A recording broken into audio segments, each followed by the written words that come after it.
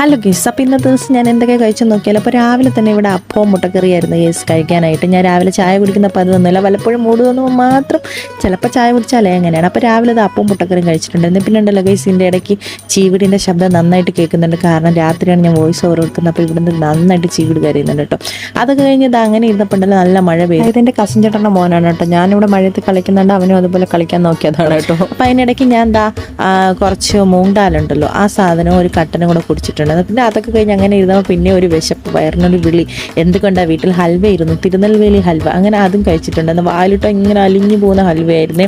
അതൊക്കെ കഴിഞ്ഞത് ഉച്ചയായപ്പം എൻ്റെ അനിയത്തി കുറച്ച് മരിച്ചിനിയും ബീഫും കൊണ്ടുവന്നിട്ടുണ്ടായിരുന്നു. ഈ മരിച്ചിനി എന്ന് പറഞ്ഞാൽ കപ്പ, നമ്മുടെ തിരുവനന്തപുരംകാർ മരിച്ചിനി എന്നാണ് കേട്ടോ പറയുന്നത്. അങ്ങനെ ഉച്ചയ്ക്ക് കപ്പയും മരിച്ചിനിയും ബീഫും വെണ്ടയ്ക്ക മെഴുക്കുരട്ടിയും കത്തിരിക്ക പൊരിച്ചതും എല്ലാം കൂടി ഒരു പിടി പിടിച്ച് കഴിച്ചു. ആ ബീഫിൻ്റെ ടേസ്റ്റ് ഇപ്പോഴും എൻ്റെ വായിലിരിക്കും. അവളുടെ അമ്മായി വെച്ച ബീഫാണ് കേട്ടോ, ഭയങ്കര ടേസ്റ്റായിരുന്നു. അങ്ങനെയൊക്കെ അതൊക്കെ കഴിച്ചിരുന്ന് ഈവനിങ് ടൈം ആയപ്പോൾ ഈ മഖാന, എൻ്റെ ജീവിതത്തിൽ ആദ്യമായിട്ടാണ് കേട്ടോ ഞാൻ മഖാന കഴിക്കുന്നത്. ഇതിൻ്റെ റെസിപ്പി ഞാൻ ഉടനെ ഇടാമേ. പിന്നെ രാത്രി ആയപ്പോഴത്തേനും ഉച്ചയ്ക്കുള്ള ബാക്കി കപ്പയും, അതായത് മരിച്ചിനിയും ബീഫ് കറിയും, പിന്നെ വീട്ടിൽ കുറച്ച് ചക്കയും കൂടെ വെച്ചിട്ടുണ്ടായിരുന്നു കേട്ടോ, അതുകൂടെ കഴിച്ച്.